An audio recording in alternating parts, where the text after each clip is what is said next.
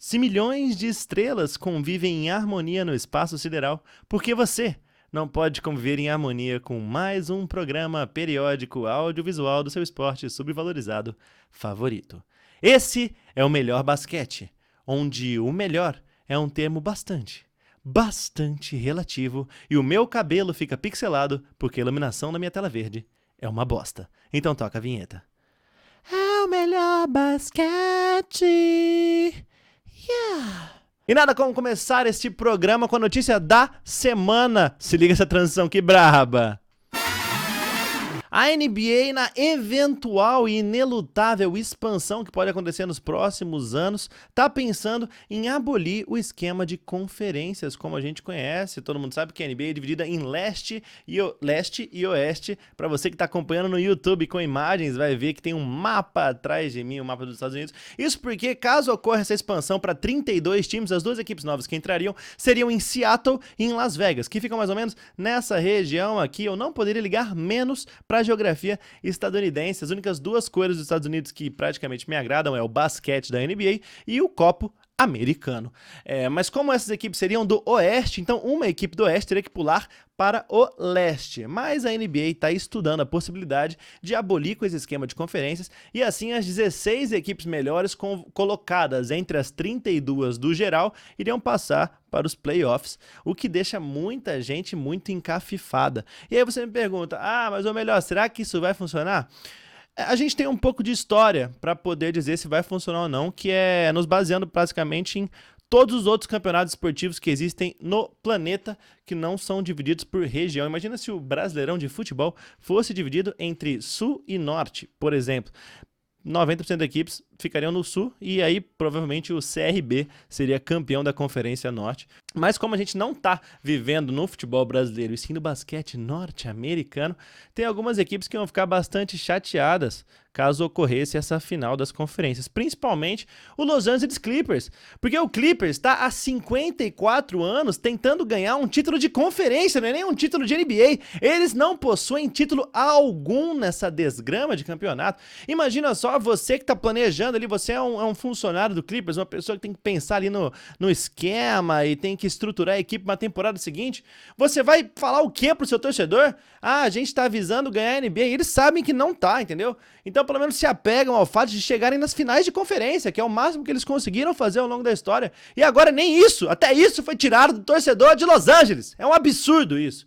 Aliás, o torcedor de Los Angeles, lá no Clippers, que no estádio novo tem agora a The Wall, que é um lado da torcida em que os torcedores ficam em pé, vibrando o jogo inteiro. Isso, na verdade, não é para imitar as torcidas europeias, para trazer esse estilo de torcida organizada, mas sim para os torcedores que não aguentavam mais esperar sentados por um título, e agora eles têm toda a comodidade de esperar um título em pé, que é muito mais ergonômico. Ergonômico, aliás, eu acabei de descobrir que não quer dizer que é algo bom para a sua saúde, assim, algo que é saudável para o ambiente de trabalho. Então a cadeira ergonômica, na verdade, ela só vai deixar o trabalhador trabalhando mais sem com que ele se machuque e tenha que tirar, então, algum tipo de atestado. A escala 6-1 vence mais uma vez. Outro time que ficaria extremamente chateado com a inexistência do sistema de conferências atual é o Phoenix Suns, que veria junto dessa abolição também a abolição de toda a sua história, já que as únicas conquistas dessa equipe foram 3 títulos de conferência e nenhum título de NBA. A equipe que mais vezes perdeu a final sem conquistá-la nenhuma vez. É praticamente o LeBron James dos times, o Jerry West dos times, o Vasco da NBA. A única diferença é que esses 3 citados anteriormente já ganharam alguma coisa na história, diferente do Suns, que só ganhou, que é praticamente um estadual, né? É praticamente o Paulistinha, o título que o Phoenix Suns tem 3 vezes. E aí ele teria essa pouca história apagada, né, no caso dessa abolição desse sistema. Se bem que é uma história que talvez fosse melhor ser apagada, né? O que é melhor? É não ter história ou ter uma história de fracasso, de arregar, de pipocar? Então, na verdade, eu mudo a minha opinião. O Phoenix Suns é um dos times mais a favor da abolição do sistema de conferência. E assim, perderia esse apelido de pipoqueiro E seria apenas mais um time sem nenhuma história, como tantos outros, como a grande maioria, né, da liga. Mas caso não ocorra essa separação das conferências, então uma equipe do Oeste teria que pular para o Leste. E isso é um perigo, porque o Leste é historicamente muito mais fraco que o Oeste, principalmente esse ano, como a gente pode ver com mais uma transição maravilhosa. Aqui a gente tem a tabela do Oeste e a tabela do Leste. A gente pode notar que 5 equipes que estão se classificando para play-in, né, ou play-off, no caso do Miami Heat, não se classificariam nem para play-in no lado do Oeste. Olha que absurdo, no Oeste as 10 melhores equipes colocadas estão com saldo positivo, enquanto no Leste tem 5 equipes que estão passando para o play-in ou para o play-off sem saldo positivo. Ou seja, qualquer equipe dessas, o Minnesota Timberwolves, por exemplo, se ele pula pro leste, ele automaticamente vai pros playoffs direto. Ele não pega nem play-in. Enquanto isso, ele tá de fora do play-in do Oeste. E assim, 3 equipes entram forte nessa briga pra pular a cerca. Nós temos Minnesota Timberwolves, Memphis Grizzlies e New Orleans Pelicans como as equipes do Oeste mais próximas geograficamente ao Leste, já que existe uma linha traçada exatamente aqui cruzando o estado do Alabama. Toca a música. Essa linha separa as equipes do Leste das equipes do Oeste. Assim, qualquer um desses times poderia passar para o lado de lá com mais tranquilidade. Ia ser mais difícil forçar a barra para um Dallas, por exemplo. E aí, esses 3 times têm muito interesse de pular para o lado do Leste, justamente porque a competitividade é muito mais fraca no lado de lá. A grama do vizinho é sempre mais verde. E aí a gente tem que ver como seria esse critério, porque essas equipes estão mais desesperadas que um pai de família tradicional brasileira para pular essa cerca, um desejo quase que incontrolável. Essas 3 equipes que têm um desejo tão fulminante de ir para o lado, desejo esse que só foi visto anteriormente nas costas do craque Romário nas quartas de finais da Copa do Mundo de 94 em falta batida por Branco, também pelo animal Caranguejo e Siri e pela cantora Beyoncé, que possui um desejo incontrolável de ir para a esquerda. Entre lobos, ursos e pelicanos, quem deve ser o favorecido para pular de lado? E a gente tem que ver como que vai ser feita essa escolha, né? Porque se for em critérios de basquete é muito difícil. São 3 equipes que não agregam quase que nada ao esporte em modo geral. Tirando o Minnesota, que tem o Ant, e o Memphis, que tem o Ja Morant, pelo menos a gente tem um pouquinho de graça, né? Em assim, acompanhar os jogos dessas equipes. Agora, se a gente estiver falando, eu acredito que tem que ser pelo critério animal, né? Já que são os mascotes escolhidos, a gente tem os lobos, os ursos e aí, infelizmente, os pelicanos. Que escolha enfadonha de animal, né? Um pelicano. Quem teve essa ideia? Até o mascote deles é bizonho. E aí eu acredito que se fosse lá em termos de força, um urso leva uma vantagem claríssima sobre os outros 2 combatentes, né?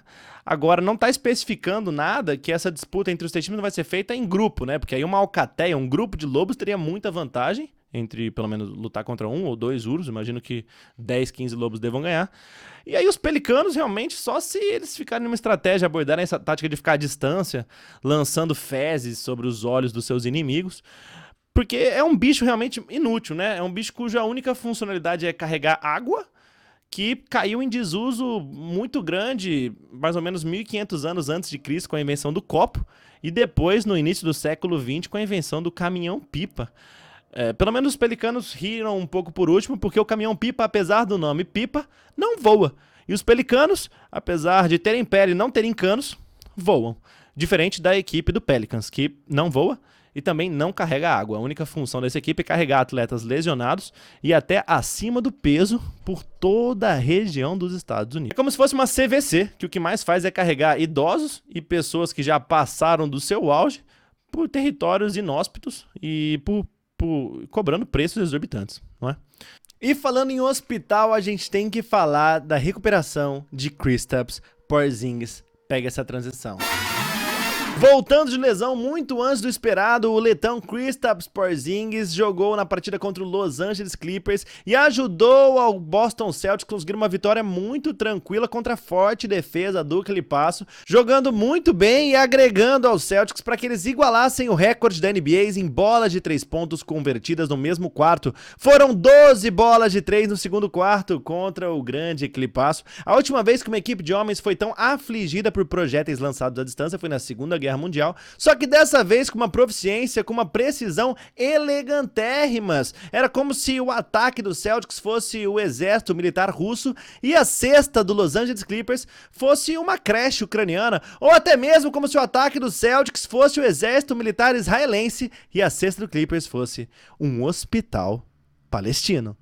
E falando em hospital, o próprio presidente de operações do Boston Celtics, Brad Stevens, falou no meio do jogo que eles ficaram impressionados com a recuperação do Porzingis. Ele que era para voltar depois do Natal, tá voltando aí no finalzinho de novembro, quase um mês antes. E voltando, jogando minutos consistentes, fazendo cesta, dando toco. Você via o movimento dele pela quadra que parece que ele tá realmente recuperado. E aí o Celtics cresce muito de produção. E isso nos traz questões, não é? Nos faz pensar. Será que a equipe médica do Pelicans não tinha que entrar em contato com a equipe do Boston Celtics? Será mesmo que um tratamento à base de frango frito, eu falei frango frito, né? Frango frito, 2K e anime é realmente o mais adequado para Zion Williamson? Vem com essa transição que essa é impressionante. Zion Williamson em vídeo postado na sua rede social mostrando tatuagem nova nas costas, esbanjou também o seu extremo physique. Extremo, eu quero dizer, gordo. O homem está completamente obeso. Vou parar aqui no momento ideal para a gente ver como tá o shape do rapaz. Aqui, esse momento aqui. Esse momento é muito especial porque, olha só, esse cara não tá conseguindo ficar saudável em quadro enquanto ele assistia o anime Baki, o campeão, e mostrava que ele só seria campeão realmente num campeonato de comer comidas ultraprocessadas. Esse momento, assim que ele postou esse vídeo, já choveram ligações tentando fechar novas parcerias, mas a que pareceu mais agradável e atraente pro nosso grande Zion Williamson foi a da Victoria's Secret. E aí, caso ele consiga ficar saudável, que eu duvido muito, pode ser que a gente tenha o prazer de assistir Zion Williamson esbanjando seu basquete vestindo o novo sutiã da linha Secrets I Don't Tell de Victoria's Secret, para segurar esse seio farto e volumoso que ele está agrupando e praticamente cultivando com bastante cuidado e carinho. E a gente nem pode criticar só o atleta Zion Williamson, porque o Pelicans está com o plantel inteiro recheado de lesões. A gente vê que não é um problema de um jogador só. Senão a gente falava, se fosse um, se fosse dois, se fosse três, mas são 7! Tive que usar minha outra mão. 7 atletas do Pelicans perderam pelo menos 3 jogos com problemas de lesão essa temporada. Eles são CJ McCollum, Brandon Ingram, Zion Williamson, Herb Jones, José Alvarado, Trey Murphy e tem mais um que eu não lembro quem, mas eu fiz a pesquisa e eram 7 atletas. Certamente um não se recuperou enquanto eu gravava esse vídeo, mas seria uma baita jogada do Pelicans, hein? Que resposta! Como tá preparado esse time? Mas eu duvido muito. Acredito que eu realmente só esqueci.